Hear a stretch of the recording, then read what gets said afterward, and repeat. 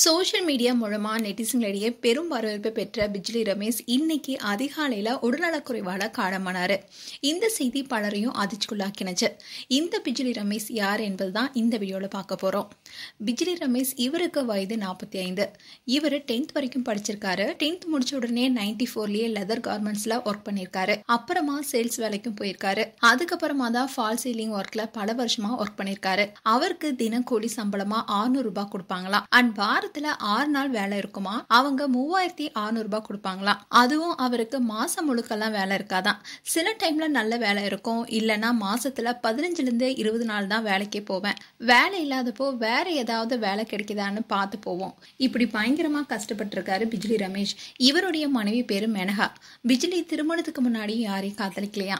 இப்போ தன்னுடைய மனைவியை காதலிச்சு வருவதா சொல்லியிருந்தாரு. அண்ட் இவங்களுக்கு ஒரு மகனும் இருக்காரு. இவர் திரையுலகத்துக்கு வரதுக்கு முன்னாடியே தன்னோட மகனை பிரைவேட் ஸ்கூல்ல படிக்க வச்சுட்டு வருவதாகவும், அதோட தன் மகன் இன்ஜினியர் ஆகணும்னு ரொம்பவே ஆசைப்பட்டிருக்காரு. அதோட சொந்த வீடு வாங்கி 2025க்குள்ள நம்ம போயிடணும்னு நினைச்சாராம். ஆனா அவர் இன்னைக்கு இல்லன்னு அவருடைய மகன் கூட இன்னைக்கு சொல்லி ஒரு இன்டர்வியூல அழுந்திருந்தாரு. அண்ட் இவரு தீவிரமான சூப்பர் ஸ்டார் ரஜினிகாந்தோடைய ரசிகர். யூடியூப் சேனல் 1ல சில வருஷத்துக்கு முன்னாடி பிராங்க் ஷோ பண்ணிட்டு வந்தாங்க.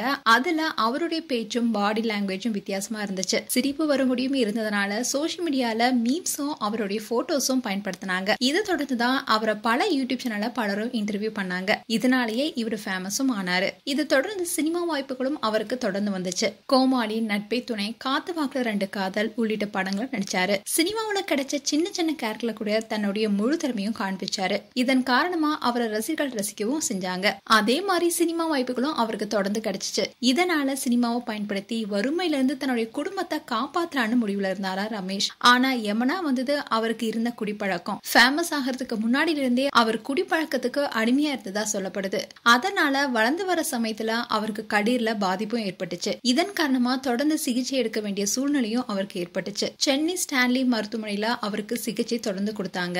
அப்போ கல்லீரல் மாற்று அறுவை சிகிச்சை செய்யும் நிலைய அவருடைய உடல் கடந்து விட்டதா டாக்டர்ஸும் சொல்லியிருக்காங்க. சூழல் இப்படி இருக்க சில நாட்களுக்கு முன்னாடி கூட ஸ்டான்லி ஹாஸ்பிட்டல்ல அனுமதிக்கப்பட்டிருந்த அவரை 24ஆம் தேதி வீட்டுக்கு அழைச்சிட்டு வந்தாங்க. ஆனா நேத்து இரவு 10ல இருந்து 10:30 மணி அளவுல ரமேஷோடைய உயிர் பிரிந்திருக்கு.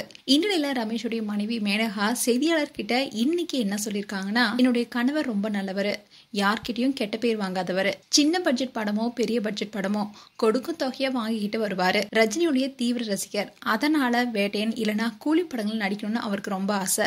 ஆனா உடல்நிலை சரியில்லாம போனுச்சு. 15 நாள் ஹாஸ்பிட்டல் வச்சுட்டு இருந்து 24ஆம் தேதி தான் நாங்க ஹாஸ்பிட்டல் இருந்து கூட்டிட்டு வந்தோம். அன்னைக்கு தான் எங்களுக்கு திருமண நாளும் கூட.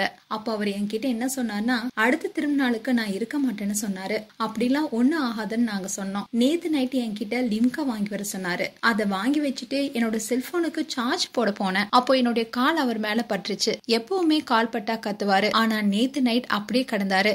என்ன ஆச்சுன்னு பார்க்கும் போதுதான் அவர் இருந்ததே தெரிய வந்துச்சுன்னு ரொம்பவே உருக்கமா சொன்னாங்க. பிஜ்லி நல்ல மனிதர் தான். ஆனாலும் அவருடைய குடிப்பழக்கம் இன்னைக்கு அவருடைய குடும்பத்தை தனியா விட்டுட்டு போயிட்டாரு. இப்போ ரமேஷோடைய மனைவியும் மகனும் தான் வர்றாங்க. மேலும் இது போன்ற வீடியோஸை பார்க்க நியூஸ் தமிழ் கிளிட்ஸ் சேனலை சப்ஸ்கிரைப் பண்ணுங்க. மறக்காம நோட்டிபிகேஷன் பட்டனை கிளிக் பண்ணுங்க.